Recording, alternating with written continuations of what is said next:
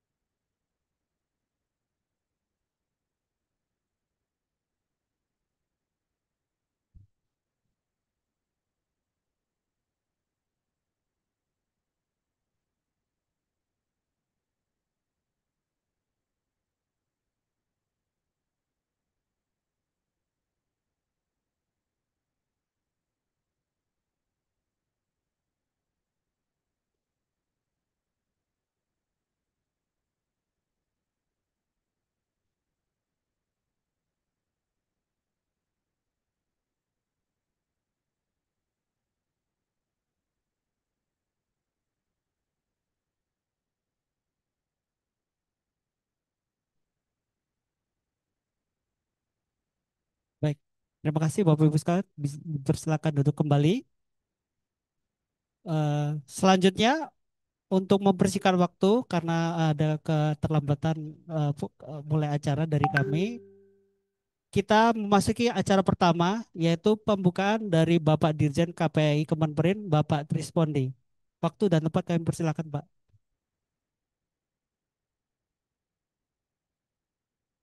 Eh, Mungkin buat MC mungkin setelah sambutan dari saya dari Dirjen KPAI kemudian Pak Ma'ruf dan Pak Peter foto bersama dulu. Jadi setelah itu baru pemaparan dari Pak Direktur TI ya. Oke, makasih. Eh, Bismillahirrahmanirrahim. Assalamualaikum warahmatullahi wabarakatuh. Yang saya hormati Bapak Ahmad Ma'ruf Maulana, Wakil Ketua Umum Kadin bidang KEK, KI, dan PSN, dan tentu juga kepada pengurus Ketua Umum HKI, Himpunan Kawasan Industri Indonesia, Bapak Tani Iskandar yang mewakili, kemudian juga Wakil Ketua Umum Himpunan Kawasan Industri Wilayah Kepulauan Riau, Bapak Peter Vincent. Terima kasih Pak, hadirin Pak. Kemudian Kepala Badan Pengusahaan Batam atau yang mewakili, Kepala Dinas Perindustrian dan Perdagangan Kota Batam atau yang mewakili, serta para pimpinan pengelola perusahaan pengelola kawasan industri. Terima kasih Bapak Ibu sekalian atas kehadirannya. Dan para pejabat eselon 2 di lingkungan Kementerian Perindustrian dan Bapak Ibu sekalian, terima kasih sekali lagi kami ucapkan atas kehadirannya pada acara konsultasi publik rancangan peraturan Menteri Perindustrian Senin Juni tanggal 2, 2025. Bapak Ibu sekalian, dapat kami sampaikan bahwa kinerja industri pengolahan non-migas secara triwulanan menunjukkan dinamika yang cukup baik di tengah-tengah tantangan yang sangat menantang ya. Tapi setidaknya dalam kurun waktu 5 tahun terakhir pasca COVID-19, pertumbuhan industri secara tahunan year on year bergerak di kisaran 4-5% yang menandakan adanya ekspansi. Jadi kalau Bapak Ibu melihat PMI kita memang saat ini agak terkontraksi tapi pertumbuhannya semakin positif. Jadi kalau lihat untuk bulan ini ada optimisme sebenarnya. Masih kontraksi tapi sudah mulai naik. Eh, Seiring dengan itu, kontribusi industri pengolahan non-migas terhadap perekonomian nasional juga tetap signifikan. Eh, Saat ini berada di atas 16%, bahkan menunjukkan tren penguatan sejak 3 tahun terakhir. Triwulan 2 2022 kontribusi industri pengolahan non-migas terhadap perekonomian nasional 16,08% dan naik terus meningkat sampai 17,5% pada triwulan 1 2025. Bapak Ibu sekalian, eh, pengembangan industri manufaktur seperti tadi yang saya sebutkan di atas ini salah satunya dilakukan melalui pendekatan wilayah industri sesuai dengan rencana induk pembangunan industri nasional atau RIPIN sampai 2035. Wilayah industri dilakukan dengan mengembangkan wilayah pusat pertumbuhan industri, kawasan peruntukan industri, dan pembangunan kawasan industri dan sentra IKM atau industri kecil menengah. Dan perwilayah industri juga memiliki misi untuk melakukan penyebaran pembangunan industri ke wilayah seluruh negara Kesatuan Republik Indonesia guna menciptakan porsi pertumbuhan yang lebih berimbang. Ini pemerataan antara industri yang berada di Jawa maupun yang di luar Jawa. Saya kira untuk kasus Batam beda nih ceritanya. Bapak Ibu sekalian, sesuai dengan Undang-Undang Nomor 3 Tahun 2014 tentang Perindustrian telah dinyatakan sekali lagi bahwa semua kegiatan industri wajib di dalam atau berlokasi di dalam kawasan industri. Untuk itu, kawasan industri yang dibangun harus dapat menjadi solusi pilihan lokasi berusaha bagi industri manufaktur yang akan berinvestasi dan tersebar di seluruh wilayah Indonesia. Ini mungkin yang membedakan. Hingga bulan Mei 2025, saat ini tadi pagi saya dapat update ada 170 perusahaan kawasan industri. Catatannya merujuk ke izin usaha kawasan industri ya, yang telah mendapatkan izin usaha kawasan industri dan siap untuk beroperasi. Total luas lahan kawasan industri mencapai 94.841 hektar dengan lahan yang terokupansi sebesar hampir 60%. Pak Maruf. Bapak Ibu sekalian, dengan memperhatikan situasi perkembangan saat ini yang sangat dinamis, Kemenperin menginisiasi penerbitan PP nomor 20 tahun 2024 tentang perwilayah industri yang saya kira Bapak Ibu sekalian tahu ya. Dan sebagaimana yang kita ketahui, regulasi yang sebelumnya berlaku hanya mengatur pembangunan kawasan industri dengan luas lahan minimal 50 hektar. Sementara pada PP terbaru ini yang 20 2024 pasal 78 menyebutkan bahwa kondisi tertentu, kawasan industri tertentu dapat dibangun dengan luasan kurang dari 50 hektar. Oleh karena itu, dalam rangka memberikan arah dan fokus yang lebih jelas terhadap pengembangan kawasan industri tertentu, saat ini kami telah eh, bisa dibilang proses atau pertemuan kali ini juga dalam rangka untuk bisa memfinalkan ya rancangan peraturan Menteri Perindustrian tentang kawasan industri tertentu. Jadi posisi saat ini eh, di tempat kami sudah selesai, jadi posisinya sekarang dalam posisi untuk pembahasan interkementerian. Jadi mudah-mudahan bisa diselesaikan dalam waktu yang tidak terlalu lama. Bapak Ibu sekalian, eh, berkenaan dengan kondisi tersebut, kawasan industri yang telah berdiri sejak lama, case mungkin Kota Batam menjadi lebih unik, eh, dengan luasan kurang dari 50 hektar, rancangan peraturan Menteri Perindustrian ini juga mengatur pada pasal peralihan, yaitu untuk kawasan industri yang telah beroperasi sebelum tahun 2015, serta berada dalam satu hamparan dalam KPI dengan luas paling sedikit 20 hektar dapat mengajukan permohonan sebagai kawasan industri. Nanti akan lebih dielaborasi oleh Pak Winardi ya sebagai Direktur eh, Perwilayah Industri. Oleh karena itu, kami sangat mendorong agar nantinya setelah peraturan menteri ini eh, bisa final ditetapkan masuk ke dalam lembaran negara, kawasan industri dengan kondisi tersebut yang tadi saya sebutkan dapat memanfaatkan momentum tersebut dan mengurus izin usaha kawasan industri ini. Besar harapan kami, rancangan peraturan menteri tersebut dapat segera selesai. Kami berusaha terus memonitor sehingga nanti mampunya memberikan kontribusi dalam mengatasi berbagai kendala yang saat ini masih terjadi di lapangan. Mungkin untuk case Batam sangat relevan. Untuk itu melalui konsultasi publik ini kami mengajak semua pihak agar dapat memberikan masukan. Jadi kami ingin mendengarkan masukan dari Bapak Ibu sekalian, kami catat dan mudah-mudahan bisa disempurnakan walaupun ini sudah hampir di ujung ya, agar peraturan menteri ini bisa relevan dan bisa dimanfaatkan. Itu yang paling penting. Dan akhir kata saya akan stop di sini. Saya mengucapkan terima kasih sekali lagi pada semua pihak yang berkontribusi, berpartisipasi dalam pertemuan kali ini.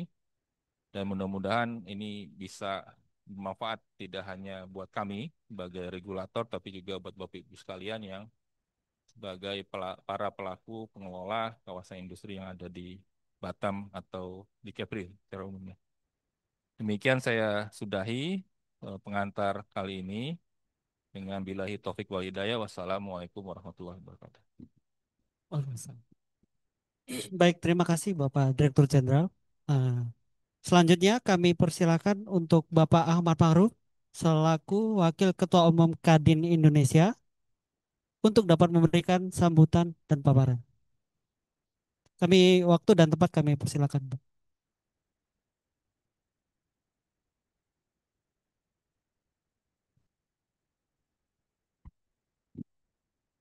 Bismillahirrahmanirrahim. Assalamualaikum warahmatullahi wabarakatuh. Salam sejahtera bagi kita semua. Selamat siang menuju sore. Yang saya hormati, saya banggakan Pak Dirjen KPAI, Kementerian Perindustrian Republik Indonesia, Pak Direktur KPAI, dan teman-teman para pendamping dari perindustrian yang hadir pada hari ini. Pimpinan BP Batam yang mewakili hadir pada hari ini, juga sahabat kita, Bang Surya, terus di sini ada teman-teman pelaku WKU, HKI, Pak Peter Vincent, dan para pelaku segenap pengelola kawasan industri yang hadir pada hari ini. Pertama-tama kami ucapkan terima kasih kepada Pak Peter Vincent telah menyiapkan fasilitas tempat untuk dalam rangka konsultasi publik rancangan peraturan Menteri Perindustrian tentang kawasan industri tertentu. Terima kasih Pak Peter telah memberi tempat dan ruang kepada Kementerian Perindustrian. Pada hari ini kita berkumpul di ruangan ini tidak lain hanya ini adalah bentuk adaptif daripada Kementerian Perindustrian di mana kebutuhan teman-teman yang sudah berdiri kawasan industri yang di bawah 50 hektar, maka Kementerian Perindustrian ambil langkah. Ini mungkin hanya berlaku di Kepri, dan di luar Kepri ini tidak berlaku ya Pak ya.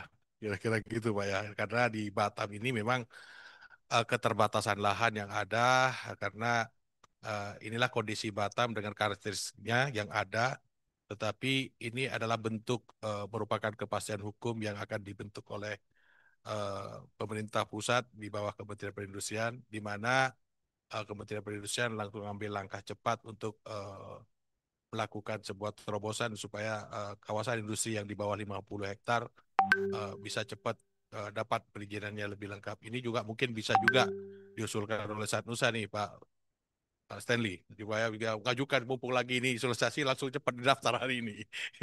Jadi supaya lebih kemudahannya bisa didapat.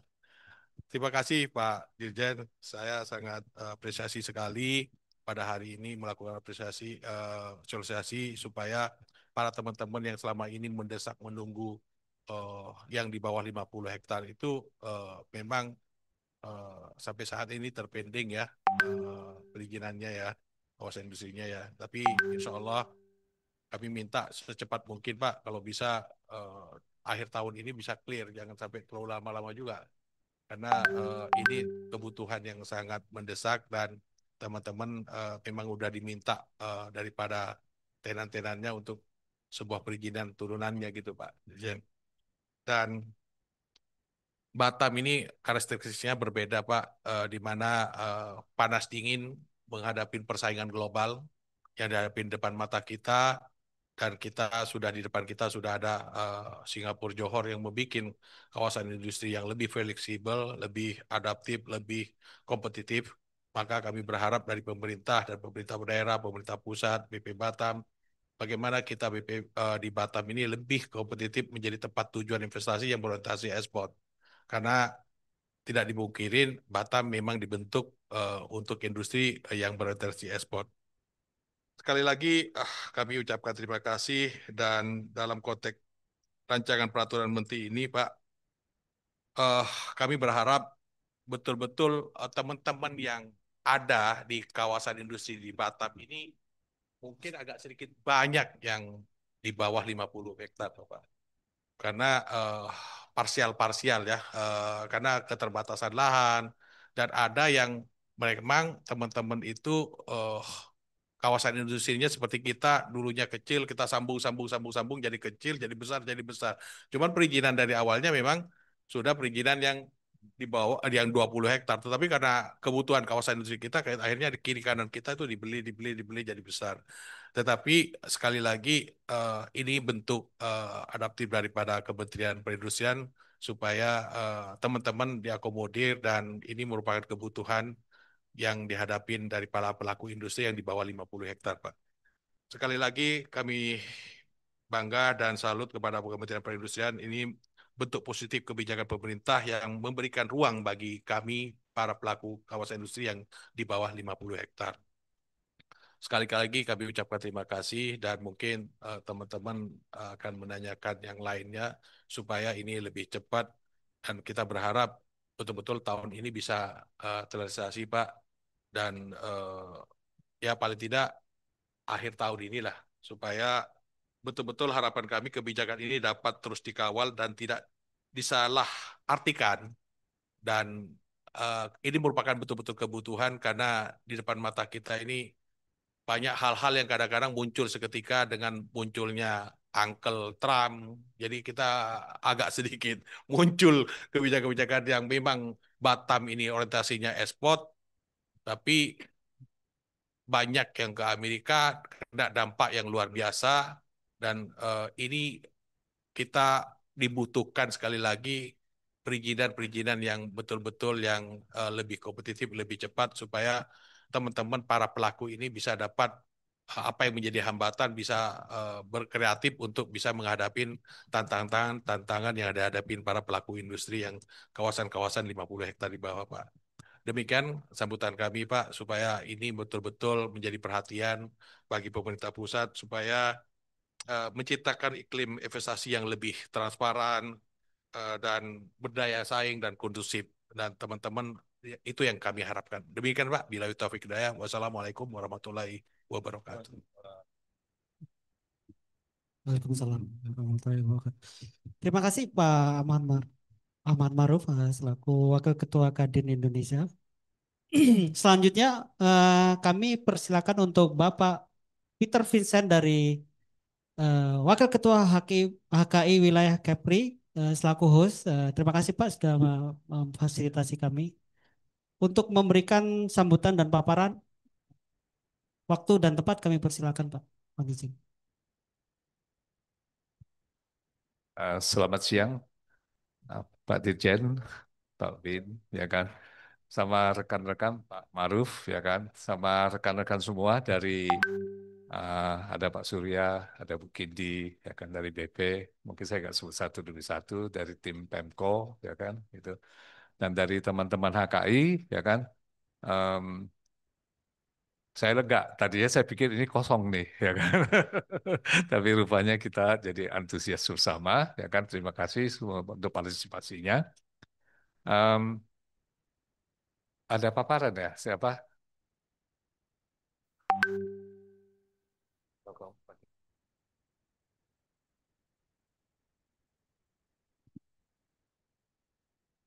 Pak, ini kebetulan ada beberapa kali saya ikut meeting kita dengan HKI dengan perindustrian. Kayaknya mungkin nanti kita harus rekonsiliasi. Kayaknya kita biasanya dengan apa HKI antara perindustrian angkanya sama kita mungkin ada selisih gitu. Ya kan mungkin nanti kita sama-sama dengan Pak Sani di Jakarta nanti kita rekonsiliasi Pak sebelum Munas gitu ya kan gitu. Jadi sebenarnya sih kalau di seluruh Indonesia, menurut catatan kami, sudah totalnya ada 120 kawasan industri, ya kan, yang menjadi anggotanya HKI, ya kan. Di luar Jawa itu ada 56 kawasan industri, jadi 47%. Di Jawa 64, 53%. Tapi in terms of kita bicara lahan, di Jawa itu dari segi luas lahan 58.800, jadi 39%. Luar Jawa yang mungkin lahannya lebih banyak, jadinya lebih major, 84,7%, 61% gitu Pak. Ya kan? Em, untuk di Pulau Batam, ya kan, kami totalnya ada. Sebenarnya Bu Kindi kalau nggak salah di seluruh Pulau Batam itu kita ada 32, 31 ya, 31 kawasan industri yang jadi anggotanya HKI ada 19, ya kan. Dari 19 itu ada satu, dua, tiga, ada tiga yang di bawah 50 hektar gitu Pak.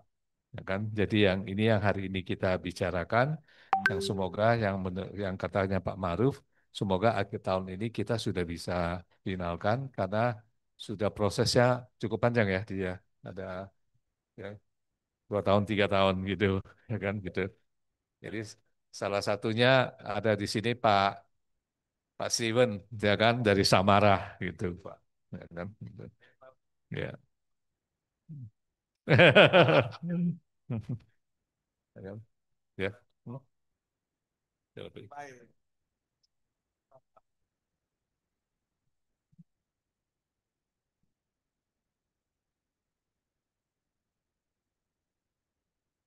Jadi memang kita mungkin next ya gitu. Nah Pak kalau kita lihat sih apa posisinya ini yang di Pulau Batam ada 3 ya kan. Mungkin next ya gitu. Jadi Pak setelah uh, sewaktu COVID ya kan kita terima kasih dengan apa si Mas ya, Yomki ya. Yomkinya itu sangat-sangat membantu kita dan itu yang membuat kepercayaan asing terhadap kita Indonesia dan terutama juga Batam itu mereka sangat tinggi gitu Pak. Karena waktu itu boleh dibilang kita seluruh kawasan industri di Batam itu nggak ada satupun yang apa tutup gitu ya kan. Jadi semua perusahaan itu jalan dan even bahkan juga ada yang tetap jalan 2 shift, 3 shift gitu ya kan. Jadi kita maju terus gitu Pak. Ya kan? Nah, memang di Batam ini kita sekarang itu eh, teman-teman apa kenapa ada yang di bawah 50 itu karena memang keterbatasan lahan gitu Pak. Ya kan ya. Pak Surya, Pak Bukindi tahu persis ya kan kondisi kita di Batam ya kan untuk apa perluasan apa industri segala macam itu sudah agak sangat-sangat terbatas itu. Ya kan tapi karena kedekatannya kita letak strategis ya kita Batam tetap menjadi salah satu pilihan utama daripada para investor asing gitu. Next ya. Ya, jadi ini yang ketidakpastian geopolitik, ya kan yang ini kita harapkan itu bisa bukan karena kita aja, tapi seluruh dunia. Semoga ini juga bisa segera kita teratasin, ya kan fluktuasi harga komoditas, ya kan. Em, kalau komoditas kita di sini itu di Batam itu dari sekarang itu yang lagi kita gonjang-ganjing itu Pak, yang pertama itu adalah gas itu ya Pak, ya kan. Jadi gas itu yang akhirnya mempengaruhi apa industri karena yang industrinya di Batam itu banyak yang memakai gas, ya kan? Jadi secara gas itu naik harganya itu karena disubstitusi dengan LNG yang harganya $8 sekarang jadi 16,5, 16,7. Ya kan? Jadi kenaikan 100%. Nah, karena kenaikan gas itu juga, ya kan, jadi PLN sekarang mulai menaikkan, ya kan, harganya yang rata-rata yang dari tadinya 1.100, 1.200, sekarang ada yang 1.500, bahkan ada yang 1.800, Pak. Ya kan, karena untuk industri yang model-model seperti di tempatnya kami yang lebih ke fabrikasi, yang ke heavy industry, gas dan listrik itu merupakan salah satu komponen utama dari costing gitu. Sehingga double impact ini akan sangat mempengaruhi eksistensinya industri yang ada di Batam gitu, Pak. Yang menurut saya, menurut kita bersama ya kan, tadi kita ngobrol sama Pak Maruf ini kita perlu jaga gitu loh, karena iklim investasinya ini Indonesia juga termasuk yang tidak sehat-sehat juga gitu karena kompetisinya yang dari Vietnam ya kan, terutama Vietnam, kita lihat tetangga Johor yang sekarang sudah punya SEZ-nya Singapura Johor gitu. Ya kan, kalau kita baca itu ada 300 company yang line up katanya lagi bicarakan yang mau masuk segala macam itu. Jadi kompetisinya kita di Batam itu akan sangat-sangat berat gitu Pak sekarang ini gitu. Ya kan? Jadi yang itu yang persaingan ketatnya kita itu yang terutama kita yang paling the immediate ya impact-nya itu adalah dari Johor Baru, Singapura punya SEZ dengan Johor Baru, Vietnam ya kan. Itu yang sangat kita rasakan gitu Pak. Ya kan? Nah, yang untuk birokrasi sama regulasi ya kan harapannya itu adalah dengan PP 5 yang sekarang kata lagi digodok itu kita bisa membuat birokrasinya kita jadi simple banget gitu, Pak. Karena banyak sekali yang sekarang itu sudah ditarik kembali ke pusat, sentralisasi kembali ke pusat, itu membuat kita susah gitu, ya kan? Kita beruntung mungkin Batam yang baru satu-satunya yang dibebaskan yang untuk HGB yang 3 hektar, ya kan? Jadi kita sekarang 100 hektar kita udah bisa di Batam gitu, ya kan? Tapi yang kita masih harus atasin mungkin karena kita di Batam itu hampir kebanyakan mayoritasnya itu adalah PMA, Pak. Jadi kita punya AMDAL itu masih di Jakarta yang PMA. Nah, itu yang sangat berat gitu, Pak.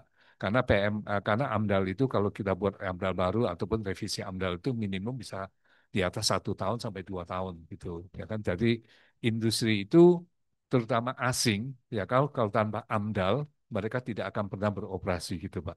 Ya kan, jadi itu. Nah, kita harapkannya itu dengan adanya uh, keinginan bersama oleh Pak Presidennya kita itu untuk mempermudah regulasi birokrasi, hopefully ini kita bisa mendapatkan impact yang positif untuk itu. Ya kan.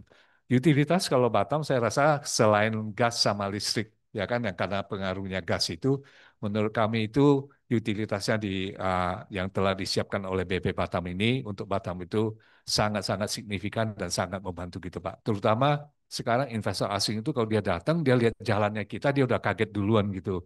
Wah, mereka mengatakan bahwa komitmennya governmentnya kita itu sangat-sangat serius gitu loh Pak. Ya kan, jadi dengan infrastruktur yang dibangun sekarang itu sebenarnya impact-nya ke investasi itu sangat bagus gitu. Ya kan? Nah, kalau gangguan keamanan dan kurangnya kepastian hukum, kalau gangguan keamanan so far kita di Batam masih lebih beruntung dari teman-teman kita yang di Jakarta gitu Pak. Dari segi premanismenya itu di Batam kita masih sangat beruntung bahwa tidak ada kejadian yang seperti teman-teman kita di Pulau Jawa gitu. Cuman belakangan ini mungkin karena dari impact sosialnya, karena kita satu pulau itu Batam itu pesisirnya panjang gitu Pak. Jadi sekarang sudah sering ada gangguan dari laut gitu, ya kan, terutama kami-kami yang ada di pinggir-pinggir laut gitu. Tapi itu sudah kami koordinasi bersama dengan uh, Kapolres segala macam itu, Pak. Ya kan, hopefully kita dengan itu bisa menjaga bersama untuk iklim investasinya kita. Dengan kata lain, kita di Batam ini kalau bisa kita solve itu masalah birokrasi, masalah gas, ya kan, yang terutama yang Pak Maruf yang akan bantu untuk lebih ke central government ya Pak Maruf ya karena gas itu kan kebijaksanaannya dari pusat. Kalau bisa kita solve itu harusnya kita investasi di Batam yang seperti kata Pak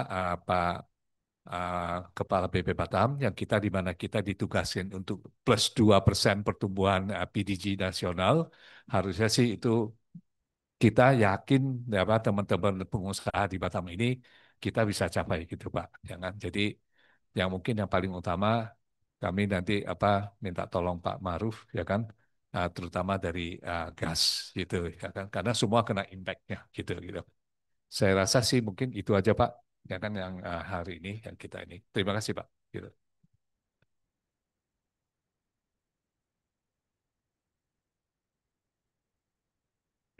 Baik, terima kasih Pak Peter Vincent selaku Wakil Ketua HKI Wilayah Kepulauan Riau. Selanjutnya kita masuk ke foto sesi. Eh, Perkenan Pak Dirjen, Pak Maruf dan Pak Peter mengambil posisi untuk foto bersama Pak. Mohon izin. Seluruh.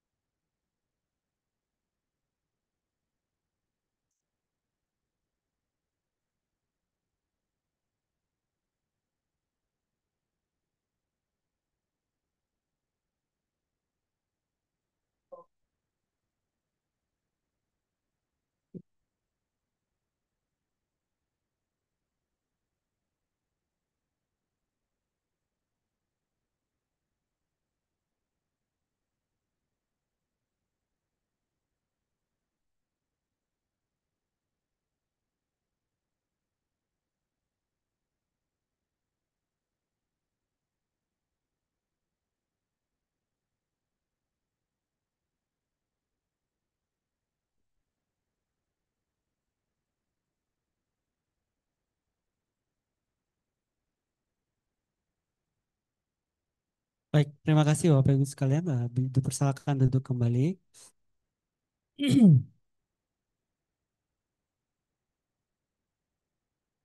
Baik, berikutnya kita masuk pada sesi utama pada hari ini terkait untuk pemaparan rancangan peraturan Menteri Perindustrian tentang kawasan industri tertentu. Eh, untuk hal ini kami memberikan waktu dan tempat kepada Bapak Direktur Perwilayahan Industri, Bapak Winardi, untuk memberikan paparan dan penjelasan terkait draft rancangan peraturan Menteri tersebut. Waktu dan tempat kami persilakan, Pak.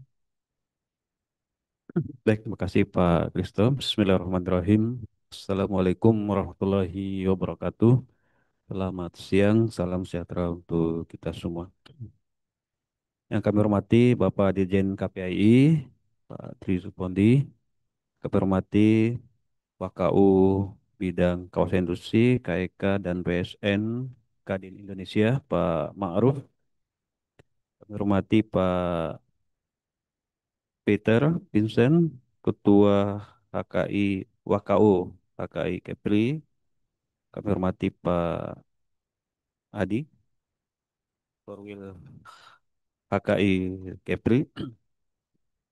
Kami hormati dari BP Batam, Mas Surya, dari Pemko yang mewakili.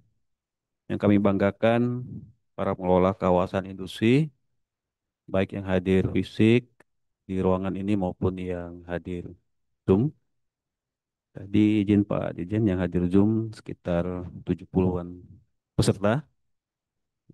Kami menyampaikan terima kasih Bapak Ibu sekalian atas kehadirannya pada konsultasi publik rancangan peraturan Menteri Perindustrian tentang kawasan industri tertentu. Jadi Bapak Ibu sekalian, rancangan permen ini atau permen ini sangat ditunggu-tunggu beberapa pelaku usaha khususnya di Kota Batam. Karena kalau kami lihat survei kami tahun lalu ada sekitar 8 kawasan industri yang belum memiliki izin usaha kawasan industri di Batam. Tapi kalau berdasarkan data Pak Peter tadi, lebih dari 8. Jadi mudah-mudahan nanti setelah ini diterbitkan, jumlah kawasan industri existing di Indonesia akan bertambah signifikan. Bisa bertambah lebih dari 10 kawasan industri. Baik Bapak Ibu sekalian, ada beberapa hal yang ingin kami sampaikan. Sebelum masuk ke pokok pengaturan, kami ingin menyampaikan kembali arah kebijakan pengembangan perwilayahan industri. Kenapa ini penting kami sampaikan agar eh, kita dapat menyamakan persepsi, pemahaman yang sama, sehingga kolaborasi sinergi bisa kita mudah lakukan. Yang pertama, tujuan dari pengembangan perwilayahan industri tentunya adalah untuk mendorong percepatan penyebaran dan pemerataan pembangunan industri ke seluruh wilayah Indonesia dengan 4 pendekatan. Ini diatur di dalam Undang-Undang 3 Nomor 14 tahun tahun 2014 tentang perindustrian. Yang pertama adalah melalui wilayah pusat pengembangan wilayah pusat pertumbuhan industri atau WPPI. Kemudian di Batam ada salah satu WPPI. Kemudian melalui pengembangan kawasan peruntukan industri atau KPI. Ini di setiap kabupaten kota eh, ditetapkan melalui peraturan pemerintah daerah.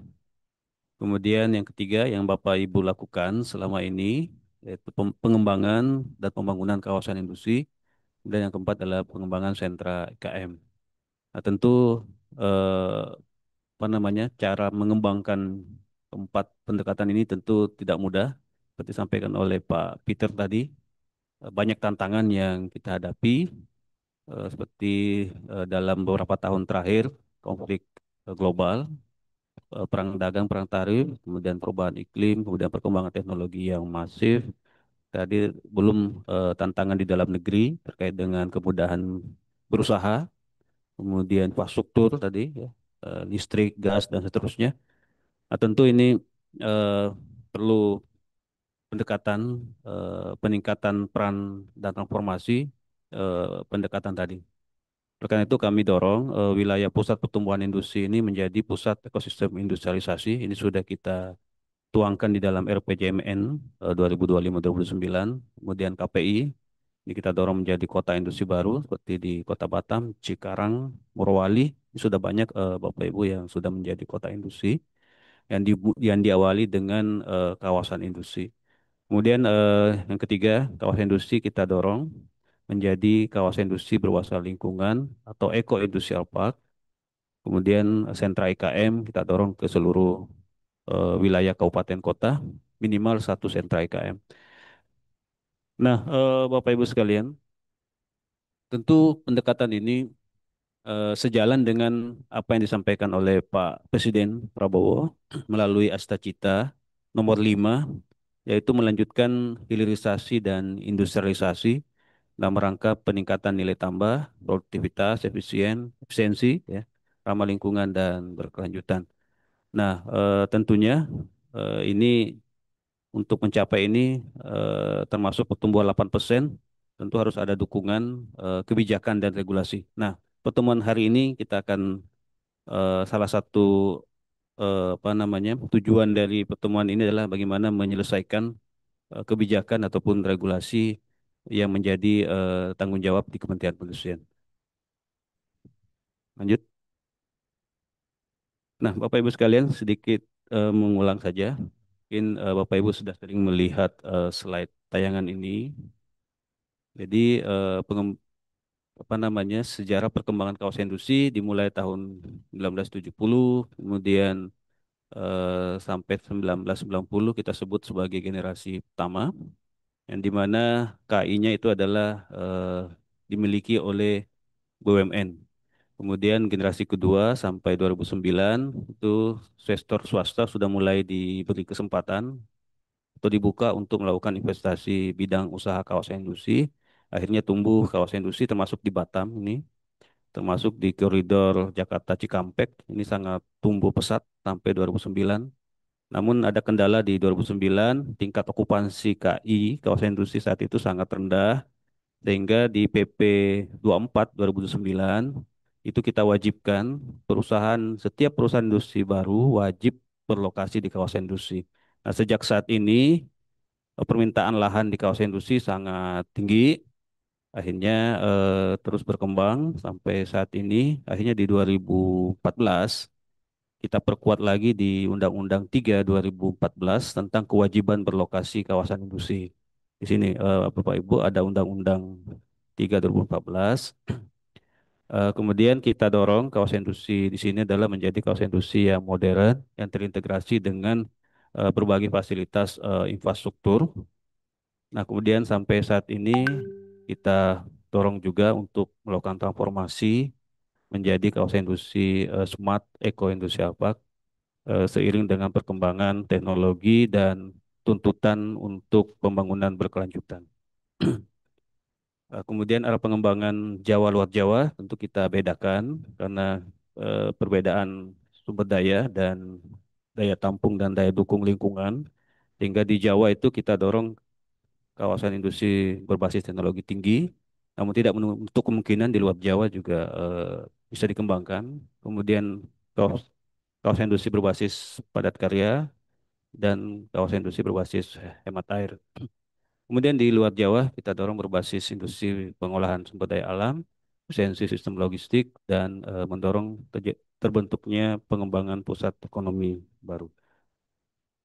Bapak Ibu sekalian, ini per hari ini perkembangan kawasan industri, alhamdulillah sudah terdapat 170 kawasan industri existing, disampaikan oleh Pak Dijen tadi, dengan okupansi 60%, artinya ada 40% lagi yang ready untuk menjadi lokasi investasi baru ataupun relokasi industri dari negara lain masuk ke Indonesia.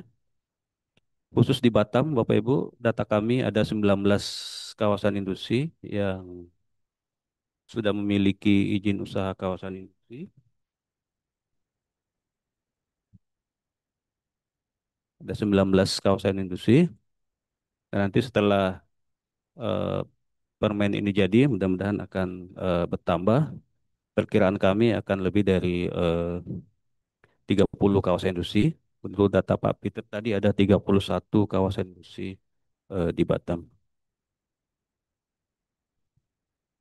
Lanjut, Bapak Ibu, ini adalah data kawasan industri RPJMN 2025-2009. Ada 24 kawasan industri KEK prioritas yang kita tetapkan di dalam RPJMN, belum termasuk lampiran dari RPJMN yang juga merupakan kawasan industri prioritas. Namun yang di state di awal memang hanya 24 kawasan industri KEK prioritas. Kemudian saat ini kita ada 41 kawasan industri PSN, termasuk di Pulau Batam ada 4.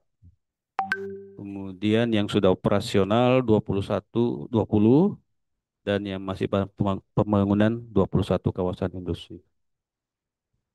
Mudah-mudahan dalam eh, beberapa tahun ke depan semua ini bisa beroperasi sehingga potensi penambahan jumlah kawasan industri prioritas yang beroperasi sekitar 21 kawasan industri.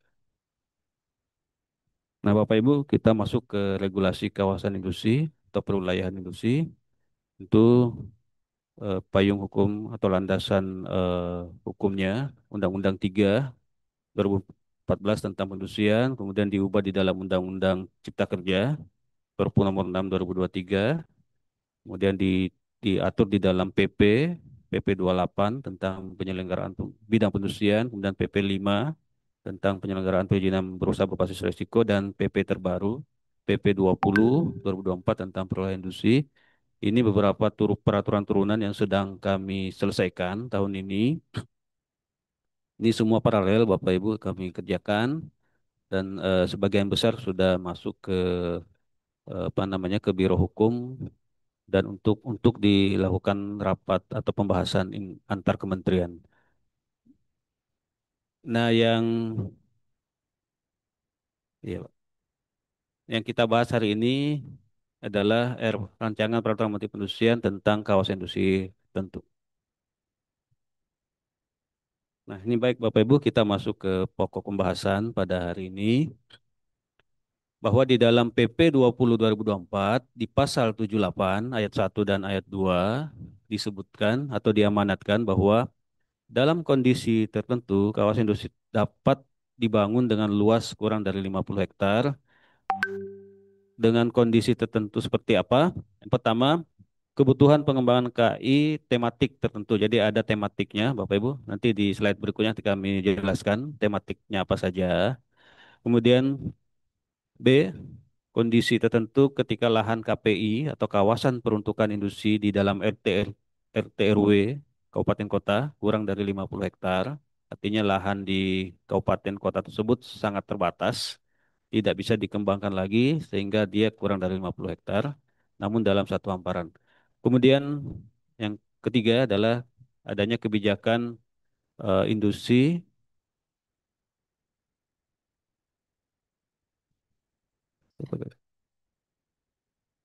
industri nasional untuk mendukung percepatan pembangunan dan penyebaran industri.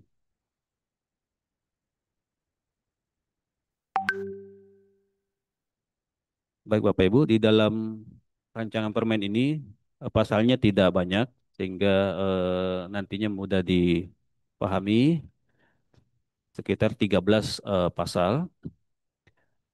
Pasal pertama terkait dengan ketentuan umum, salah satunya adalah terkait definisi KIT, kawasan industri tertentu, yaitu adalah kawasan tempat pemusatan kegiatan industri yang dibangun dalam kondisi tertentu dan dilengkapi dengan sarana dan prasarana penunjang yang dikembangkan dan dikelola oleh perusahaan kawasan industri.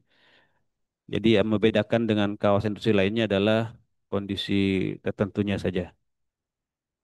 Kondisi dapat dibangun KIT di pasal 2 ayat 1 dan 2 seperti di PP-nya sama persis ya tadi ya.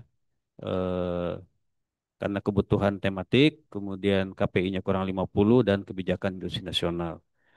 Nah, kemudian di pasal berikutnya kami kami jelaskan seperti apa KI tematik tertentu tersebut. Nah, ini bisa saja luasnya lebih dari 50 hektar, tapi bisa juga di bawah 50 hektar untuk KI tematik tertentu. Eh, kriterianya A, pemanfaatan bahan baku sejenis, kemudian ada kesinambungan rantai produksi, kesinambungan rantai nilai, dan kesinambungan rantai pasok atau supply chain. Ruang lingkup kegiatan usahanya yang kami identifikasi saat ini ada 5, Bapak Ibu, dan tidak menutup kemungkinan ini bisa bertambah. Yang pertama adalah kawasan industri berbasis hasil tembakau. Kemudian kawasan industri berbasis perikanan dan kelautan, kawasan industri berbasis hasil perkebunan, kawasan industri tekstil dan produk tekstil, dan kawasan industri digital. Namun kami tidak mengunci di sini, jadi kami menambahkan pasal berikutnya bahwa Menteri dapat menambahkan jenis kawasan industri tematik tertentu lainnya sesuai dengan kebutuhan pengembangan kawasan industri tematik.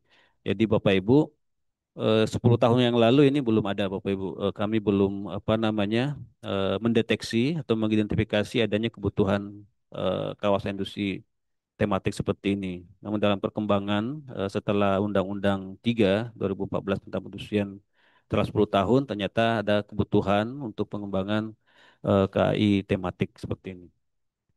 Sehingga nanti 20 tahun kemudian bisa jadi ini bisa bertambah ruang lingkup kegiatan usahanya. Kemudian untuk pembagian tematik luar Jawa dan luar Jawa itu nanti juga dibedakan berdasarkan potensi dan industri unggulan di masing-masing pulau. Kemudian nanti di dalam pengusulannya nanti ada penyusunan master plan dan rekomendasi dari Direktur Jenderal KPAI. Bapak Ibu sekalian, untuk yang kedua, KPI kurang dari 50 hektar. Ini memang KPI-nya terbatas sehingga apa namanya dibolehkan di kabupaten tersebut. Kemudian paling sedikit 20 hektar, tidak boleh kurang dari 20 hektar. Kemudian belum ada kawasan industri di kabupaten kota tersebut. Kemudian syaratnya nanti ada surat keterangan dari Bupati Wali Kota bahwa di kabupaten tersebut KPI-nya memang hanya 50 hektar dalam satu hamparan. Kemudian nanti juga ada rekomendasi dari Direktorat Jenderal KPI. Kemudian untuk prioritas nasional, ini yang menarik Bapak Ibu, luas KPI tidak dibatasi kurang dari 50 hektar. Kemudian hanya boleh dikembangkan di KEK, kawasan ekonomi khusus, atau KPBPB, Subang, maaf, Pak, di Aceh Pak, Sabang ya, ya Sabang, BBK ya Pak, ya, Batam, Bintang, Karimun. Kemudian kelengkapannya tentu yang pertama adalah surat keterangan dari administrator KEK atau BP, B Batam. Kemudian rekomendasi dari Dirjen. Bapak Ibu sekalian, KIT ini kami batasi apa namanya perketat penerbit apa namanya persyaratannya karena memang apa namanya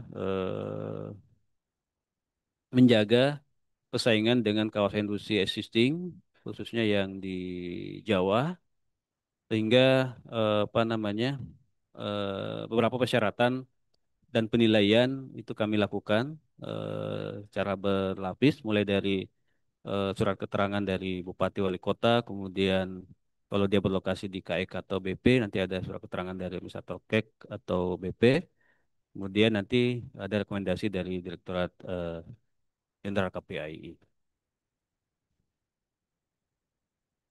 Selanjutnya di pasal 4, ini tadi sudah saya sampaikan sedikit bahwa WP untuk di Jawa, itu kita dorong untuk KIT berbasis digital, teknologi tinggi, eh, kemudian didominasi oleh IKM. Kemudian di luar Jawa berbasis sumber daya alam dan berbasis industri prioritas di masing-masing wilayah pusat pertumbuhan industri. Kemudian di pasal 5 dan 6 ini untuk menjelaskan kawasan industri tertentu yang KPI-nya kurang dari 50 hektar, termasuk untuk kawasan industri yang untuk percepatan pembangunan dan penyebaran industri. Kemudian di pasal 7 untuk pedoman pembangunan kawasan industri tertentu tetap mengacu ke Permen 40 2016 tentang pedoman teknis pembangunan kawasan industri. Jadi sama dengan apa namanya pedoman pembangunan kawasan industri yang biasa atau lebih dari 50 hektar. Kemudian pembangunan kawasan industri tertentu wajib disertai penyusunan master plan yang memuat penjelasan mengenai jenis kawasan industri tematik tertentu dan ruang lingkup kegiatan. Kemudian persyaratan perizinan ada tambahan selain persyaratan perizinan kawasan industri yang ada saat ini di PP 5 tahun 2021, yaitu tadi sudah kami sampaikan juga surat keterangan pemerintah kabupaten kota untuk KPI kurang dari 50 hektar, surat keterangan dari administrator KEK untuk KIT prioritas nasional dan rekomendasi dari Direktur Jenderal KPAI.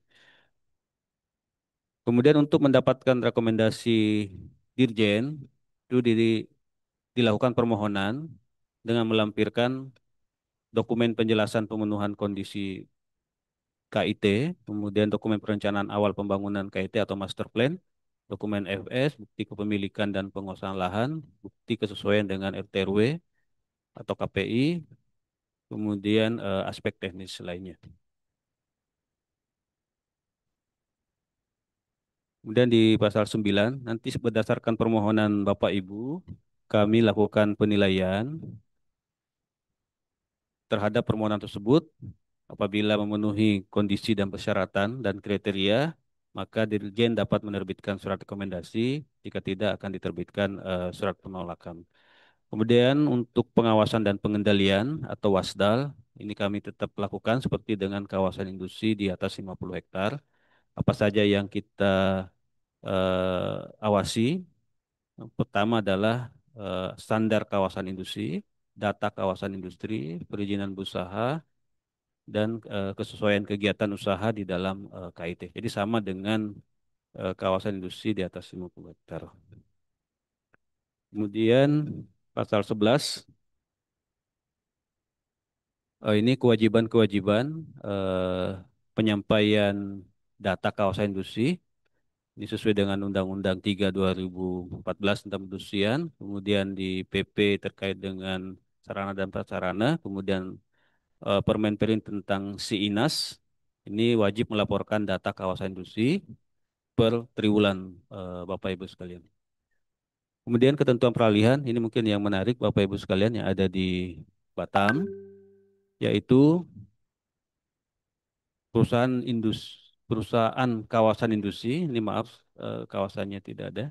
Perusahaan kawasan industri yang telah beroperasi sebelum tahun 2015 dan berada dalam satu hamparan dengan luas paling sedikit 20 hektar dan berlokasi di KPI dapat mengajukan permohonan sebagai kawasan industri paling lama 1 tahun sejak Permen Perin ini diundangkan. Jadi Bapak Ibu yang saat ini sudah melakukan praktek pengelolaan kawasan industri namun belum memiliki izin usaha kawasan industri dapat mengajukan permohonan IUKI paling lama 1 tahun setelah permen ini diundangkan.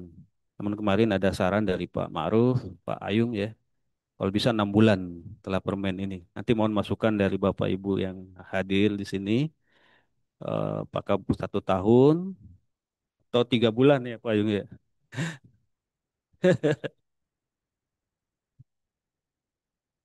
Oke, eh, baik Bapak Ibu, tim mohon masukan atas draft rancangan peraturan Menteri Perindustrian tentang KIT ini. Terakhir sedikit informasi, ini berdasarkan data survei kami 2024, jadi ada berapa 8 kawasan industri di Batam yang berdiri sebelum 2015, yang kurang dari 50 hektar, namun belum memiliki izin usaha kawasan industri. Jadi ada KI Citra Buana 123, Horizon 1, Karya Indonesia Park, KI Samara, Malindo, Mega Cipta. Dan tidak menutup kemungkinan ada beberapa kawasan industri lain yang sama dengan 8 kawasan industri ini. Mungkin itu Bapak Ibu yang dapat kami sampaikan. Mohon masukan atas rancangan permen ini. Mohon maaf bila ada kekurangan. Assalamualaikum warahmatullahi wabarakatuh. Baik, terima kasih atas paparannya Pak Winardi terkait rancangan draft peraturan menteri ini. Selanjutnya kami memasuki untuk sesi tanya jawab dari Bapak Ibu sekalian. Apakah kami buka 3 penanya dulu ya dari mohon dapat memberikan identitas dan pertanyaan kepada kami.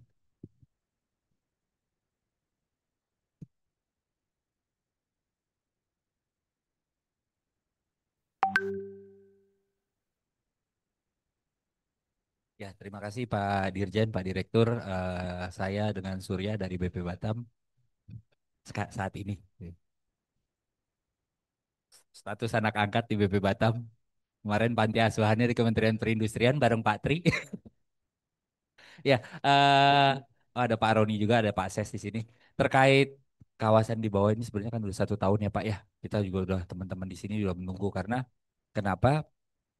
Kebetulan tahun lalu kita juga dikejar-kejar nih, terutama sama Pak Steven nih kita nih. Makanya pasti udah nyiapin dokumen sebenarnya Pak. Kalau bisa submit sekarang gitu ya, siapa tahu satu hari jadi kayak imigrasi gitu. eh Memang kalau masalah investasi ini kan balik lagi ke undang-undangnya sudah menyatakan dia harus di dalam kawasan industri dan investasi itu kan masalah trust. Kalau dia percayanya sama Pak Ma'ruf, dia pasti nggak mau ke tempatnya Pak Peter. Kalau dia percaya sama Pak Peter, dia nggak mau ke tempatnya Pak Pak Steven. Itu juga kenapa di Batam ada sekian banyak kawasan industri karena memang awal mulanya memang kita itu masalah trust. Dan Batam ini kan sebenarnya dari awal dibuat fokusnya untuk ekspor. Jadi hampir kita di Batam ini kontribusi PDB-nya itu 60% itu oleh industri. Jadi kalau di Indonesia kan kontribusi industri cuma berapa 18% ya Pak ya. Kalau di Batam itu 60%-nya industri. Jadi kalau mau ngejar pertumbuhan 2 digit, otomatis pertumbuhan industri harus sangat investasi itu signifikan, ekspornya juga harus signifikan besar. Tanpa dua ini itu tidak akan terjadi. Nah, kuncinya ada di mana? Balik lagi, industri harus ada di dalam kawasan industri. Nah, dari tadi kan yang sudah ada IUK-nya ada 19. Ini kalau nggak salah 31 udah nambah lagi 3 1 ya. Udah termasuk Samara ya. Anak bungsu kan Samara ya sebenarnya. Anak bungsu. eh jadi kalau memang bisa dipercepat Pak, terutama di peralihan untuk kesiapan ini, apa yang kira-kira teman-teman ini yang belum punya? Kalau tadi di list yang tadi belum masuk, Taiwan belum masuk ya Sigma ya tadi yang belum punya Yuki. Terus tadi ada juga Dragon juga belum masuk.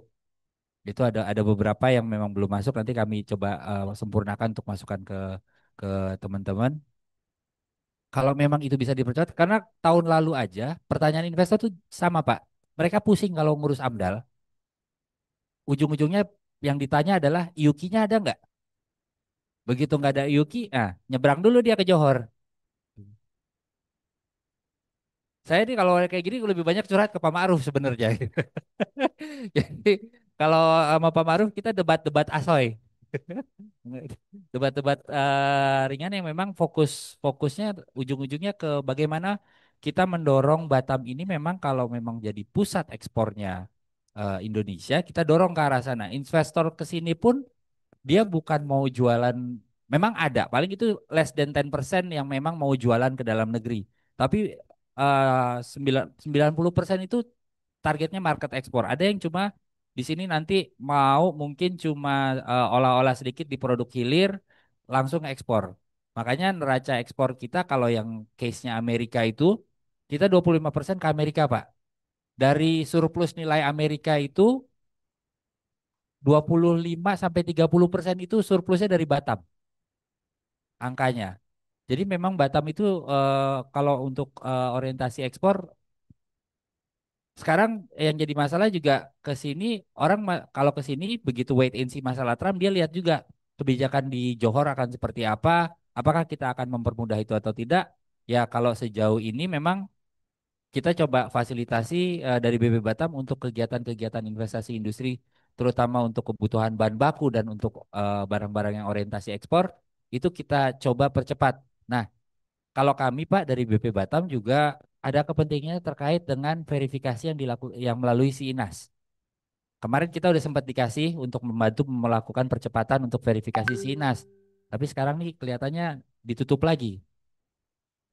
Tuh, padahal waktu itu dibantu sama KUI untuk kita memang melakukan verifikasi untuk sertifikasi standar. Itu untuk percepatan memang mereka yang butuh segera langsung ekspor jalan. Dan kita juga sebenarnya harapannya si Inas bisa terintegrasi sama kami. Kalau memang bisa seperti itu, kami yang bertanggung jawab untuk membina seluruh perusahaan industri yang ada di sini. Kalau nggak update, kalau di Sinas mungkin rekomendasinya atau pengajuannya terblokir ya. Kalau di kami punya izin usaha kawasan, Pak. BC pun patokannya pakai izin usaha kawasannya BP. Kalau itu terintegrasi ke kami, kalau dia nggak update 3 bulan, bisa kami langsung blokir. Jadi mau nggak mau compliance-nya bisa kita bisa tingkatkan. Dan kita juga kelemahan BB Batam kita juga nggak punya data terkait berapa sih sebenarnya barangnya apa sih gitu. Karena mohon maaf ada beberapa indikasi yang kalau kami lihat beberapa produsen itu ternyata melakukan importasi untuk barang-barang konsumsi gitu. Itu yang kita kita coba cari datanya juga ya agak kesulitan sebenarnya gitu. Mungkin itu dari kami Pak Dirjen, Pak Direktur. Terima kasih. Assalamualaikum warahmatullahi wabarakatuh.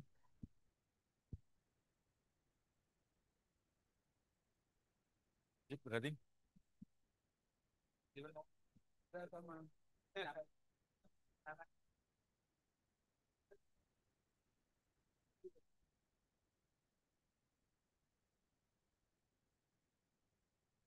Jadi perkenalkan mohon izin saya Stephen Lim ya dari Samara. Jadi saya rasa Pak Surya tadi sudah kemukakan juga dengan segi waktunya ini sangat penting buat kami juga Pak. Jadi kita sebetulnya sudah bangun dari 20 hektar itu sudah hampir 10 apa tuh 10 hektar kita bangun Pak. Nah, jadi banyak investor yang masuk, kita cuma gigit jari aja Pak. Ya, kadang mereka kan nggak semua kawasan yang di Batam ini ready semua juga Pak. Nggak semua bangun dan menunggu. Nah, kadang orang apa tuh kawasan tertentu bangun dan sambil sambil apa tuh komunikasi ya kan. Tahu-taunya sama ke kita ready. Tapi mereka nggak yakin. Malah ke Johor, Pak. Jadi kita mengharapkan dalam hal ini cepatan waktu, Pak. Jadi supaya kita bisa juga yang ikut membangun Batam ini bisa kita dapat bagian, Pak. Terima kasih, Pak. Terima kasih. Selamat siang semuanya. Perkenalkan, nama saya Stanley. Jadi saya di sini mewakili Satmusa. Oke, mungkin saya ada 2 pertanyaan. Pertanyaan pertama itu tentang ruang lingkup tadi ya, di pasal 3 di sana itu ada opsi ABC, itu apakah opsi atau harus ketiga-tiganya memenuhi gitu ya? harusnya asumsi saat ini sih harusnya itu merupakan opsi kan ya Pak ya. Jadi kita tinggal pilih salah satu, berarti kalau yang Batam ataupun KPPB itu harusnya opsi C doang berarti ya. Berarti ruang lingkup yang tadi saya lihat dari opsi A itu, yang tentang tematik yang hanya ada 5 jenis industri doang, berarti kan kalau yang di opsi C tadi itu Batam tidak ada ruang lingkup seperti itu ya. Mohon dikoreksi Pak. Terus yang kedua, saya belum lihat draft peraturan ini pengajuan IUK itu melalui mana, apakah melalui SIINAS atau melalui OSS. Sedangkan di sini tiba-tiba muncul wajib ada rekomnya Dirjen dalam hal ini. Kalau memang sudah pengajuannya lewat si Inas, toh harusnya Dirjen sudah dapat gitu kan ya. Kenapa harus ada rekom lagi? Karena kita tahu aturan yang lain itu kalau ada rekom-rekom itu makin mendelay. Karena kita harus mengajukan dapat rekom terlebih dahulu, apalagi di sini tadi ada 2 rekom dari BP Batam sendiri, 1 rekom, baru ada Dirjen. Dapat rekom baru ngajukan lagi izin. Berarti ada 3 tahapan yang menurut saya nanti takutnya bertele-tele.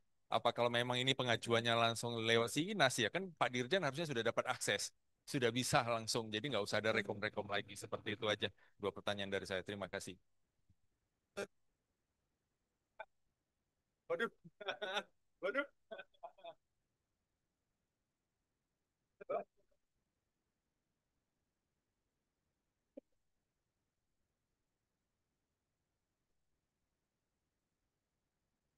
Terima kasih, Pak. Selamat siang, Pak, semua.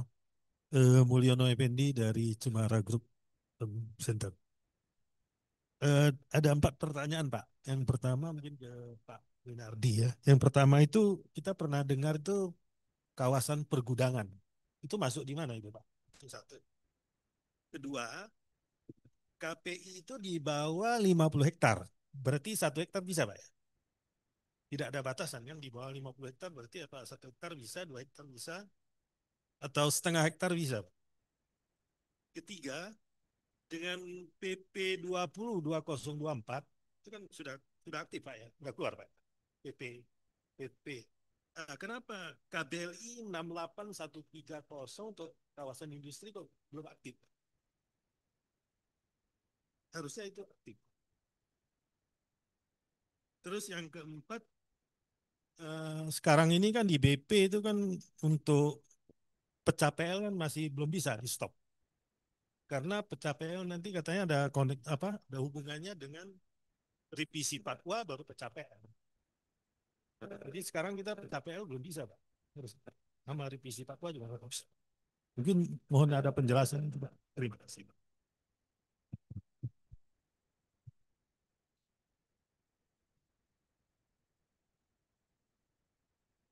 Baik, dari 4 pertanyaan mungkin bisa ditanggapi.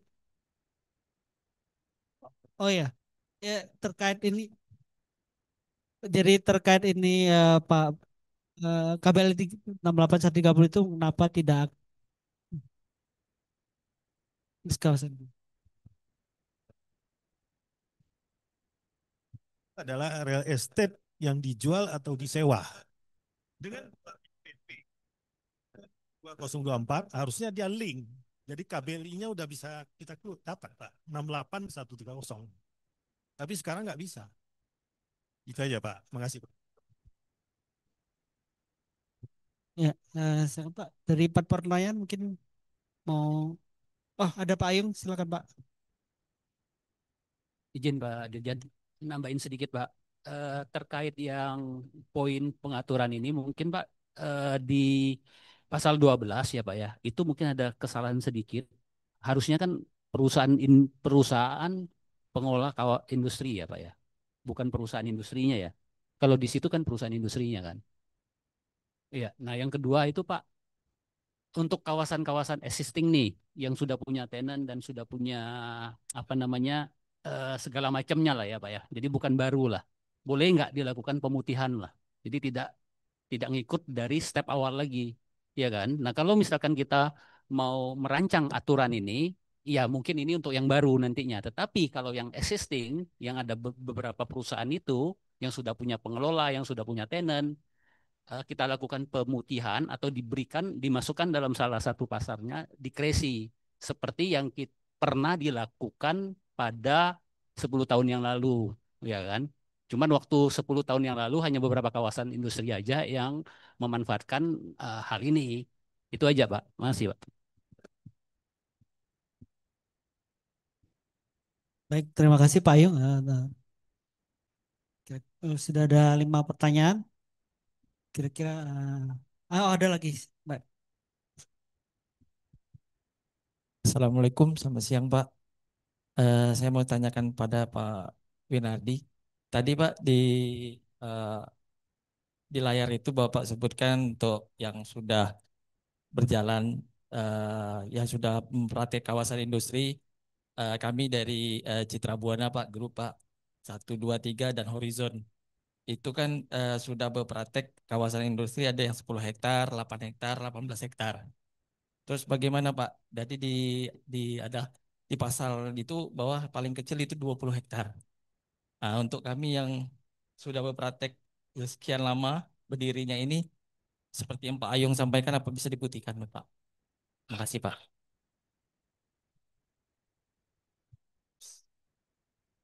Baik, terima kasih Pak.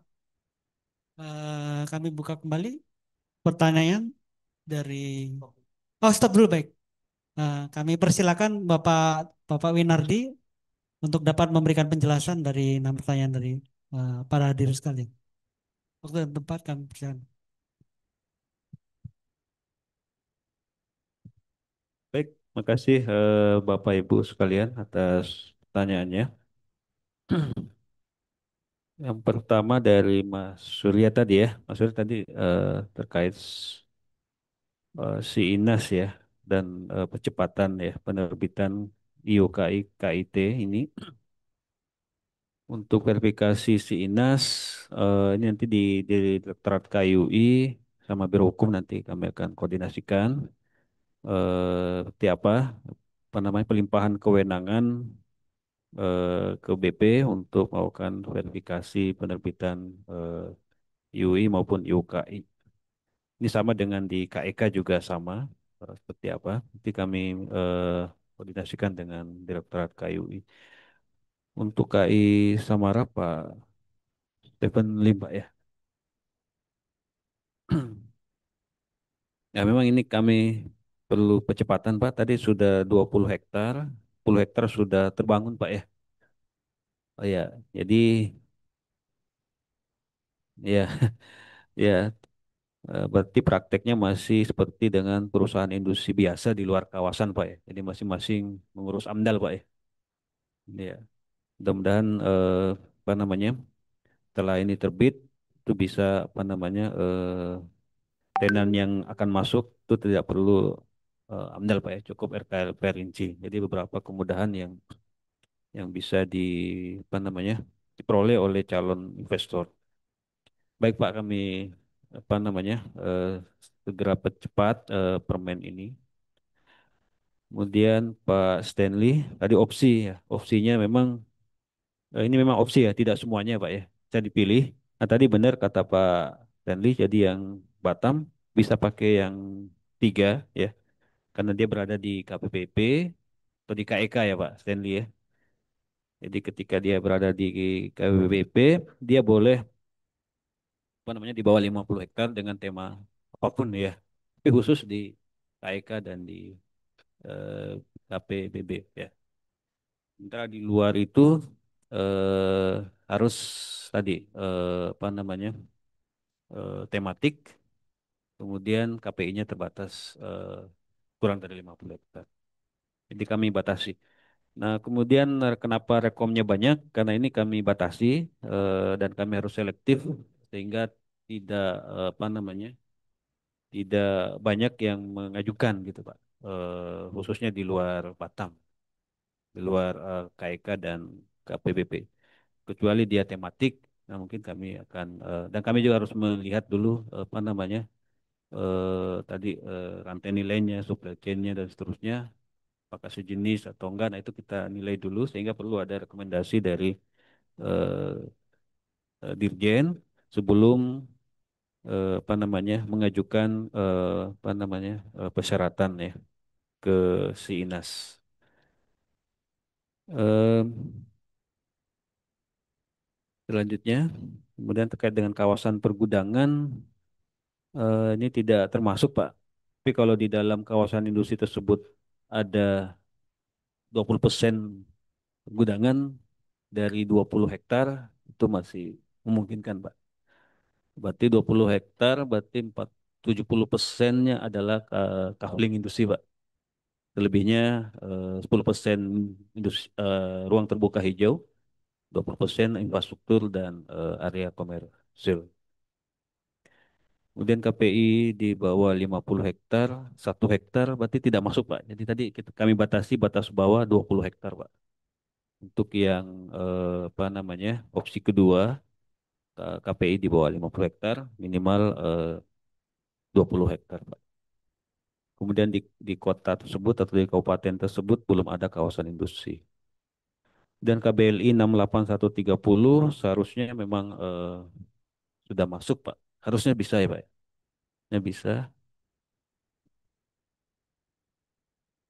Oh, nanti kami di mana ini Pak? Di BP apa di Pemkot, Pak? Harusnya bisa, Pak. Kalau di yang lain bisa, Pak.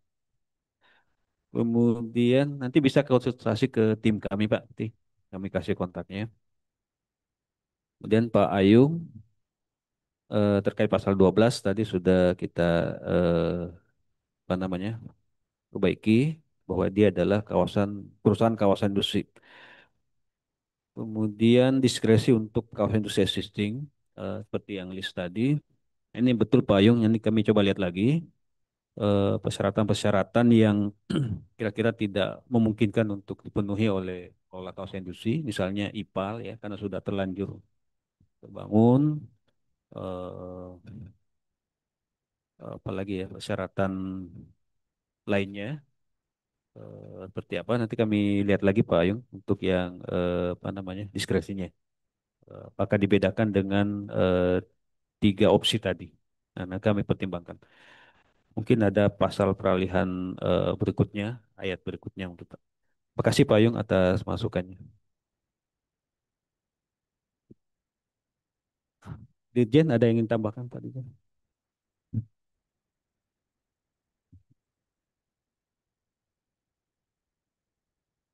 Baik, masih ada Bapak Ibu?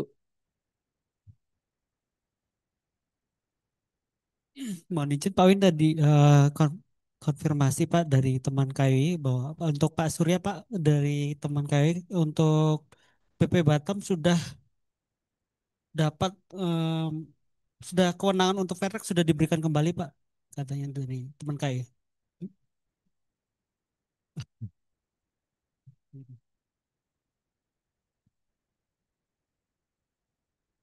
Oh baik, nanti kami konfirmasi. Atau teman-teman dari KW bisa menjelaskan terkait penjelasan dari Pak Surya untuk ya Ustadz maaf. Jadi untuk yang investasi baru ada, tapi untuk perluasan nggak ada, ya? Nggak bisa diakses Pak ya.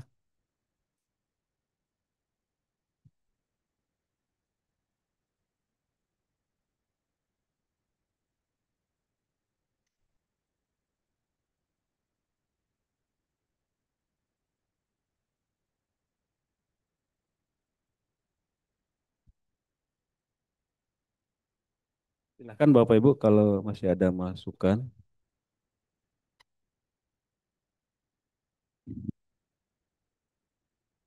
Ya silakan Pak Stanley.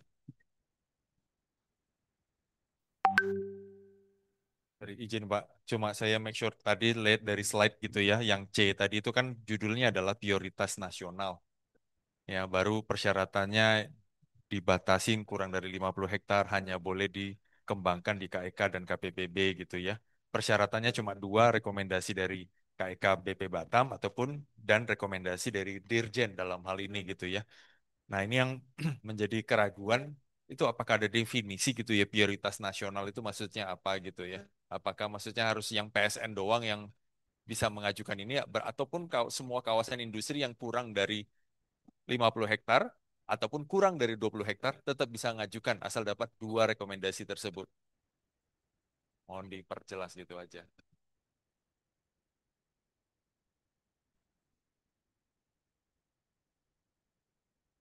Iya. Nah, ya, betul. Antara luas lahan sama luas bangunan, apakah boleh dipersyaratkan seperti itu gitu ya? Siap, siap komandan. Karena jujur di tempat kami secara luas tanah kita cuma 4,8 hektar.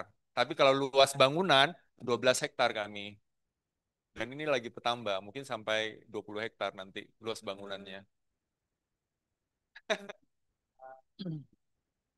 Ya, ya, ya.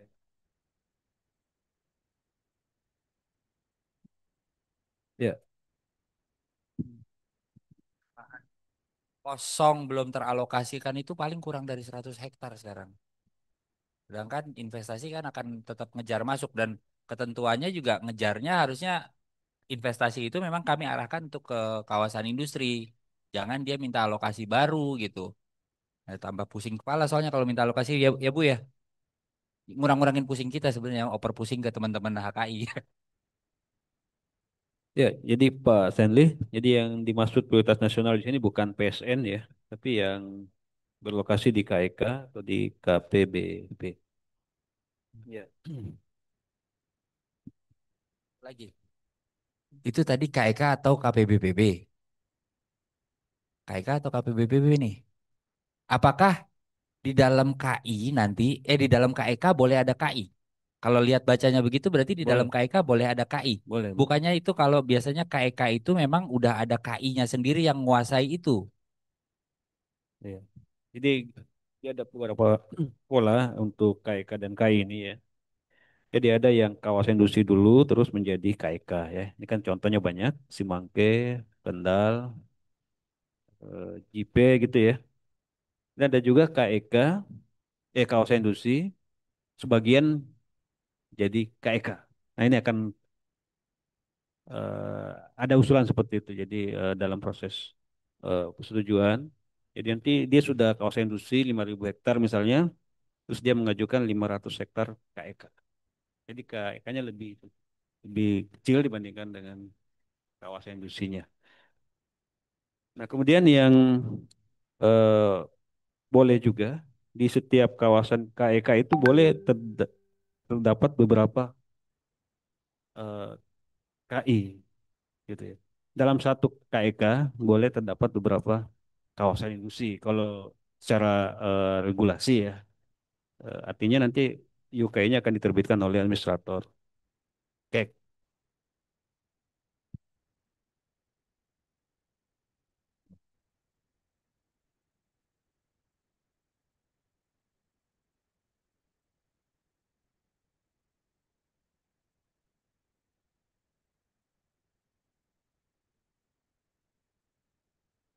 Jadi di dalam apa namanya, di dalam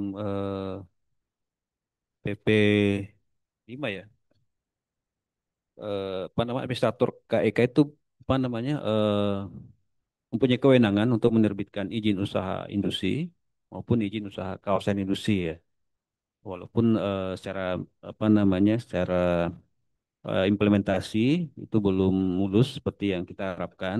Artinya penerbitan IUI maupun IUKI itu belum melalui SINAS sepenuhnya seperti yang dialami oleh BP ya. Eh, jadi kalau secara regulasi sebenarnya dibolehkan minimal terdapat satu kawasan industri di dalam KEK. Apakah luasannya sama persis ataupun bisa lebih luas maupun bisa lebih kecil, Pak Surya. Namun memang di dalam prakteknya belum ada sampai saat ini KEK yang terdiri dari beberapa kawasan industri. Itu belum ada. Ya. Hmm. Hmm.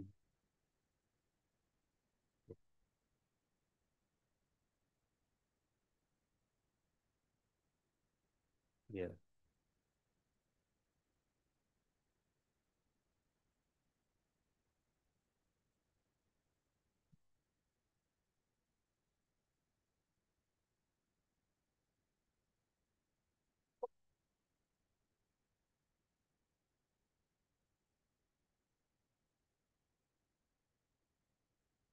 Ya, jadi kami memang gini, apa namanya, sedang apa namanya, ini sering pertanyaan ini, apa perbedaan kawasan industri dengan KEK? Ini memang ini kami apa namanya, sedang apa namanya mengidentifikasi ya perbedaan tersebut. Tadi saya sebutkan tadi ada beberapa pola dan pemikiran kami karena di dalam KEK itu terdapat zona industri, ya kan, zona industri. Nah, karena kawasan industri itu sebagai satu entitas bisnis sama dengan perusahaan industri, karena dia memiliki izin usaha industri yang diterbitkan oleh OSS. Jadi logikanya dia bisa apa namanya eh, kawasan industri itu bisa disebut sebagai salah satu tenan ya atau tenan dari KEK itu. Nah itu, iya. Itu kalau secara regulasi ya, nggak usah.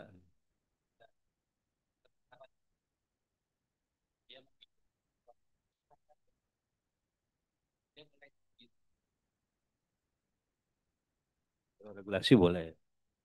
Ya, misalnya, ya, ya, ya. Misalnya Pak Peter punya 1.000 hektar gitu ya. Ada 100 hektar kayak apa, ada 100 hektar kayak apa. Nanti perizinannya kan diterbitkan oleh administrator PEK-nya. Ya, sama dengan tenan industri biasa kan. Mm-mm.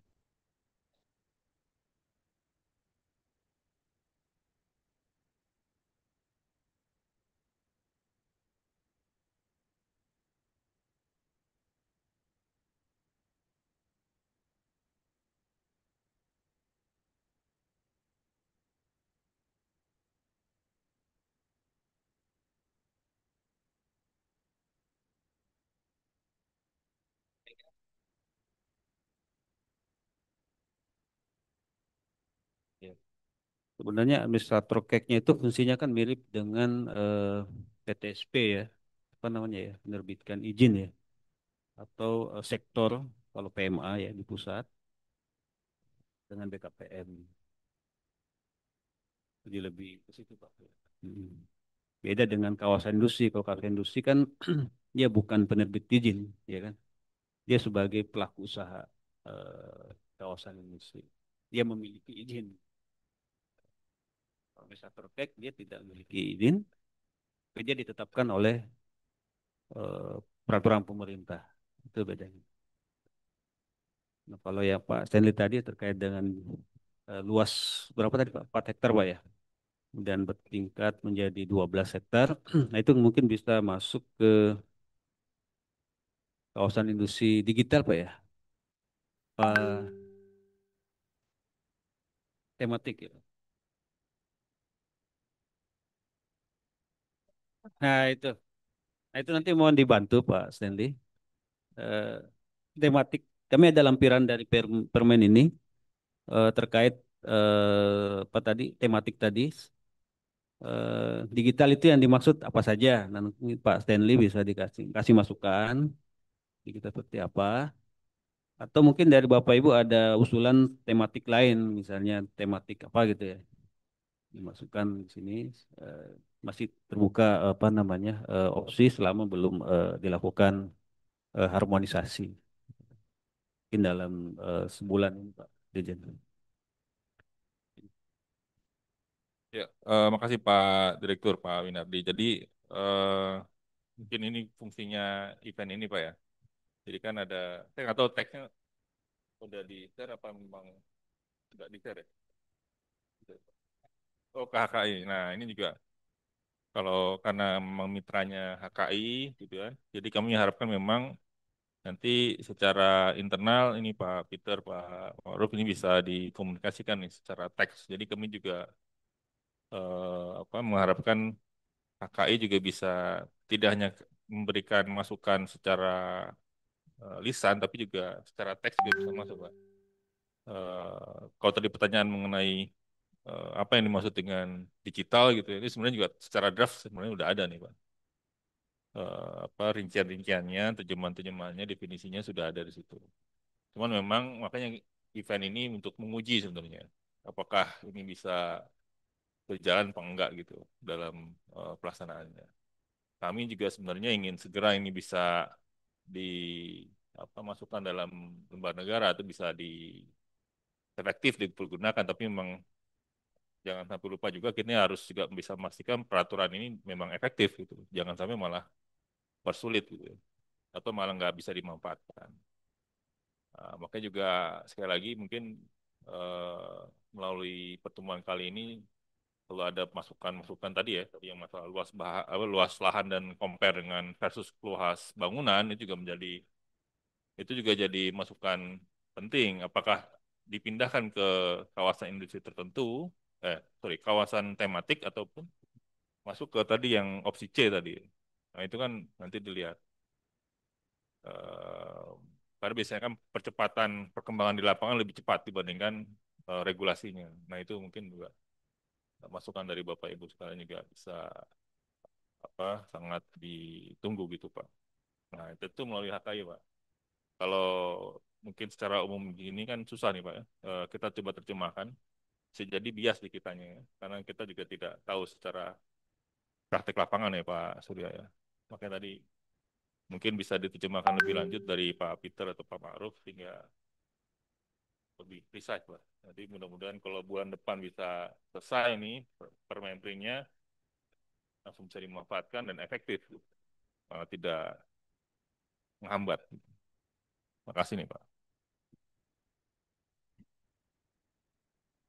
Dirjen, kita berharap karena Batam ini keterbatasan lahan, ada teman-teman yang punya 15 hektar ataupun 10 hektar. Apabila ini kan minimalnya kan 20 hektar, ya kan? Tetapi kalau karena keterbatasan lahan, akhirnya teman-teman menaikkan berapa lantai ke atas. Kan bisa jadi lebih, jadi seandainya 10 bicara 3 lantai udah jadi 25 gitu.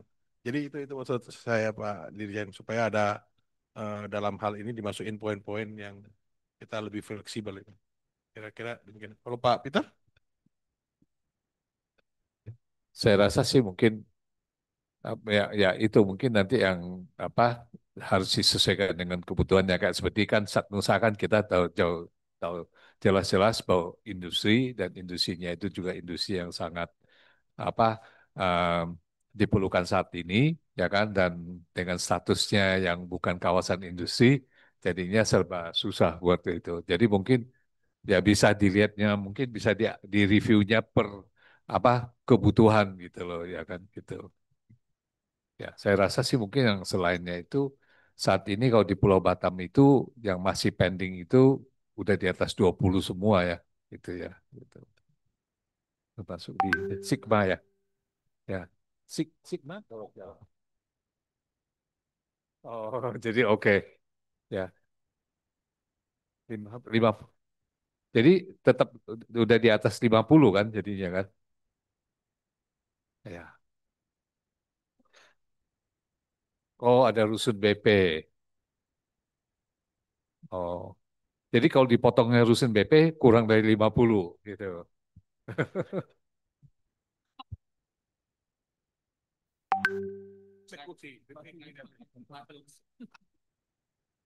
Pak Win kalau Pak Win kalau itu boleh dipertimbangkan nggak? Ya, saya seperti Sigma contohnya 50,4 tapi di dalamnya ada 4 hektar rusunnya, tapi BP Batam punya, bukan Sigma punya.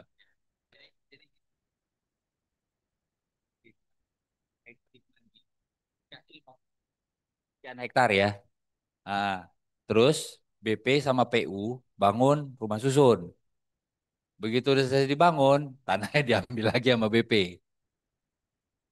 Tuh, belum lagi ada satu perusahaan apa masuk di dalam situ, pengalokasiannya dialihkan ke tempat lain, tapi dia udah nggak bangun-bangun juga di situ Bu ya. Tapi dia di dalam pakai fasilitasnya Taiwan Industrial Estate. Akhirnya lahannya cuma 40-an sekian. Nah, iya betul. Masuk sih sebenarnya. Gini Pak, saya mau tanyain tadi ada yang A, B, C, eh, itu pilihan salah satu. Dia masuk salah satu. Kalau yang saya lihat tadi yang untuk KPBPB Batam kan sebenarnya masuk di C. Berarti yang pertimbangan yang tematik yang di A itu tergantung judgementnya di BP, di KPBPB atau administrator KEK atau gimana?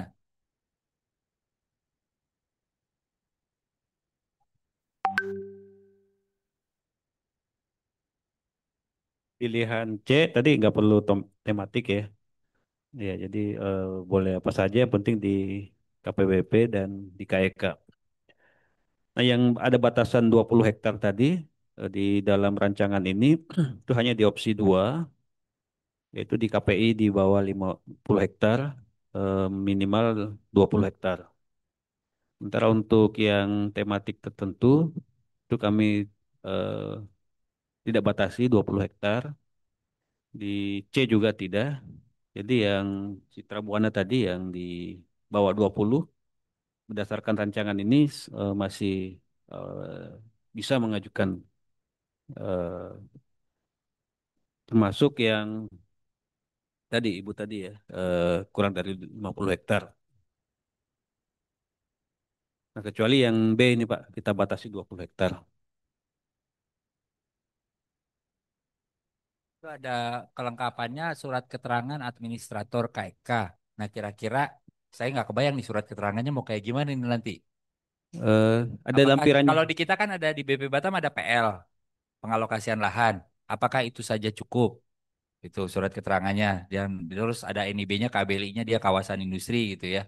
Apakah itu saja cukup gitu atau kita harus lihat judgement lain untuk sama-sama menetapkan jangan sampai asal orang asal main ngeblok aja dulu nggak tahu tenannya siapa ngeblok lahan dia ngaku sebagai kawasan industri terus kita keluarin dokumen gitu aja gitu. Itu sih Pak. Ya. Tambahin.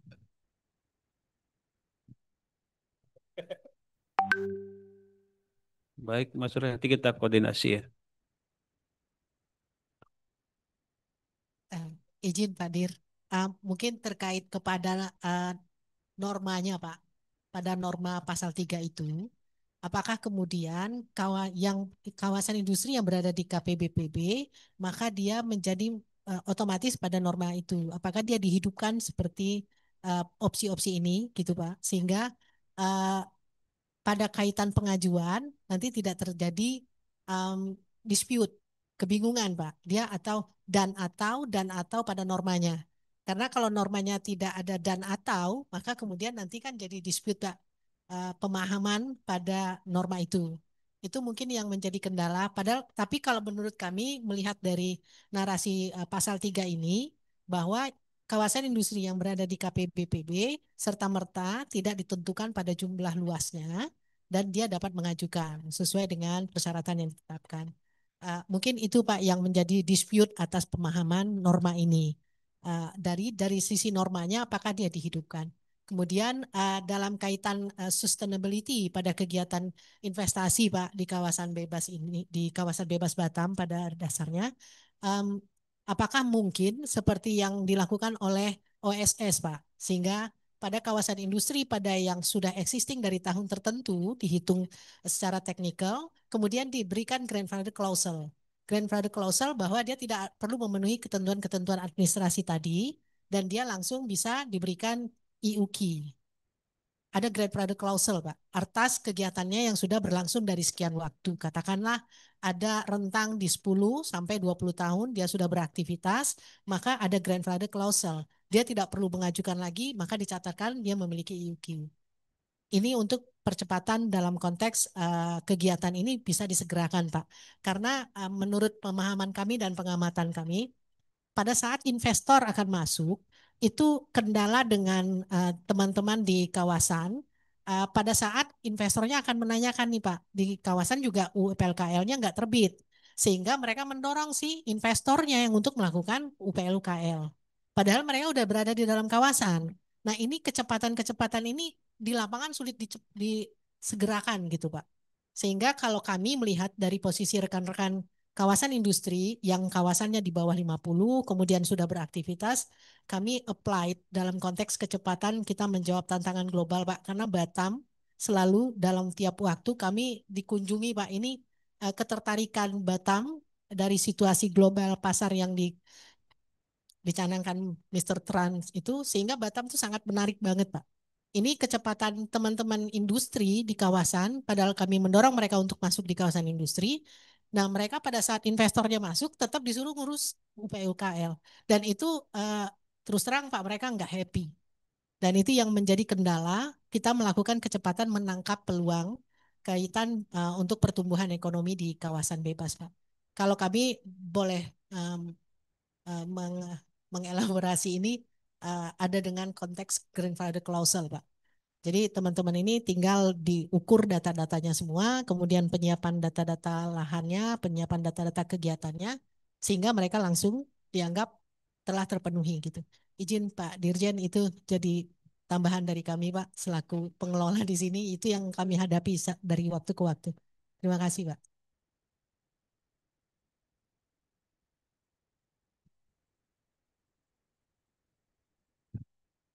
Yang pertama Bu terkait norma, memang itu dan atau Bu ya, dari opsi 3 tadi itu ya, dan atau itu sudah kita tuliskan di draftnya.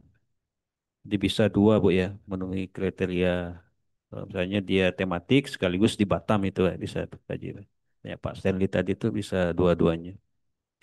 Dan untuk yang percepatan, untuk yang sudah melakukan apa namanya kegiatan aktivitas kawasan industri, nah itu betul Bu, seperti pertanyaan Pak Ayung tadi, itu kita akan coba lihat lagi persyaratan minimal yang harus dipenuhi, dan ada mungkin bukti tambahan ya, mungkin sudah pernah memiliki UKI dulu, zaman dulu, atau UT yang sudah nggak berlaku atau apa gitu ya, atau mungkin ada bukti yang lain yang bisa ditunjukkan. Nanti kami coba akan apa namanya konsultasi lebih lanjut dengan teman-teman di Batam terkait percepatan tadi ya untuk pemutihan kawasan industri yang sudah beraktivitas. Mungkin itu Bu. Memang kalau di sini di rancangannya memang belum kelihatan perbedaan ketika dia akan melakukan pengajuan dengan yang baru Bu. Itu kami akan catatan kami dari hasil konsultasi ini Pak Dirjen. Terima kasih Pak Dir.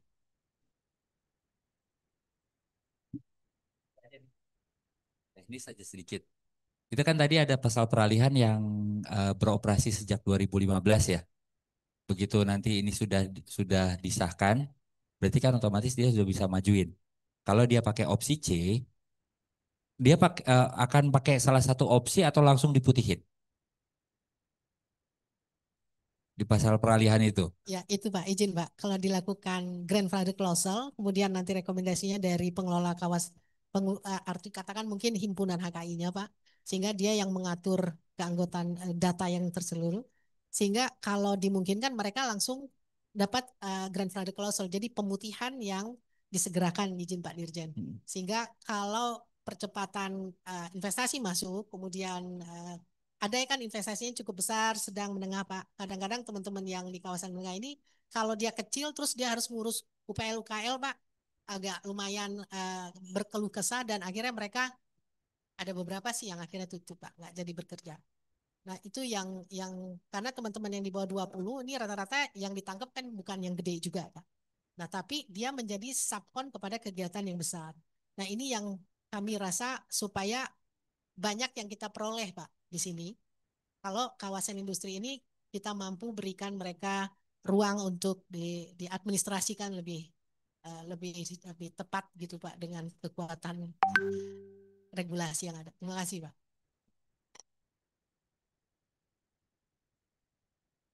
Ya, itu aja sih yang teknis aja, nanti kalau yang begitu ini 2015, karena gini, kalau itu ada bahasa paling sedikit 20 hektar.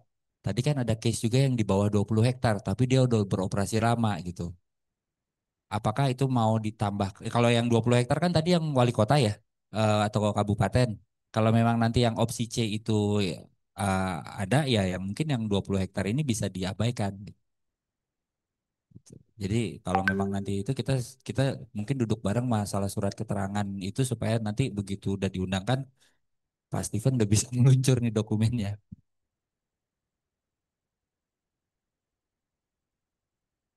Kalau kita lihat pasar peralihan ini beberapa KI tadi ya di list tadi itu tidak masuk ya kalau ini. Ya, sudah ada yang di bawah 20 hektar. Jadi kita review lagi pasar ini dan mungkin minta bantuan dari Surya ya, berapa kawasan industri yang sudah melakukan aktivitas dengan luasnya masing-masing ya, Surya. Ya. Kita lihat termasuk yang lahan yang masih kosong yang sudah terjual berapa gitu. Mungkin dari Pak Peter juga, berarti kan 31 Pak ya, kawasan industri di Batam Pak. Targetnya sebulan lagi ya, berarti besok kita bahas lah ya.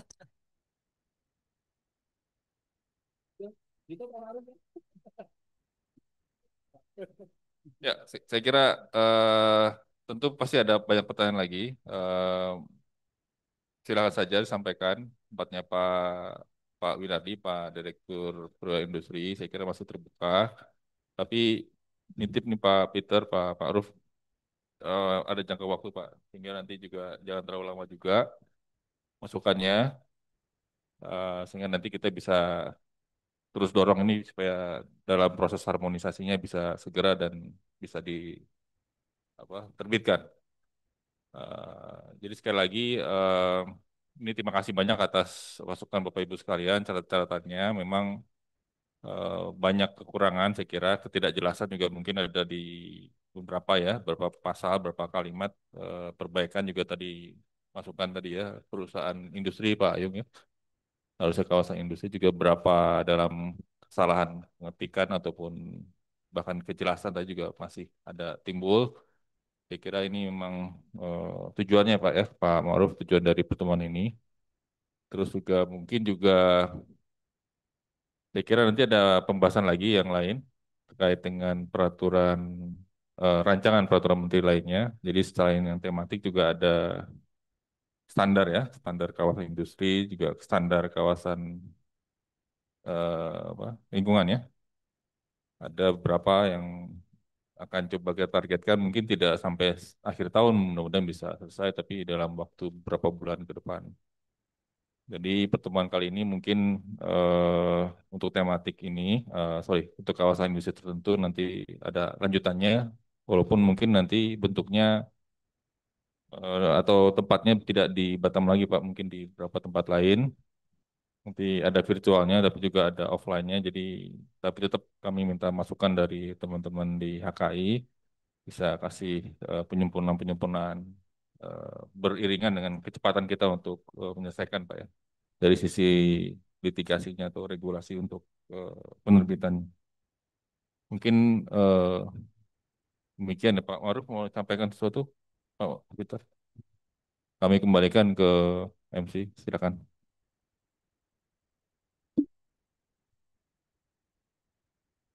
Baik, terima kasih Bapak Dirjen. Dengan eh, berakhirnya pertanyaan dari Bapak Ibu sekalian dan penjelasan dari Bapak Dirjen, maka kami selaku pemrakarsa peraturan ini, kami juga turut masih membuka masukan dari Bapak Ibu sekalian. Sudah kami sampaikan melalui link di chat room. Mohon nanti untuk masukan dari Bapak Ibu sekalian dapat disampaikan kepada kami untuk kami tindak lanjuti. Lalu untuk pertemuan hari ini kami tutup dengan mengucapkan wassalamualaikum warahmatullahi wabarakatuh. Selamat sore Bapak Ibu.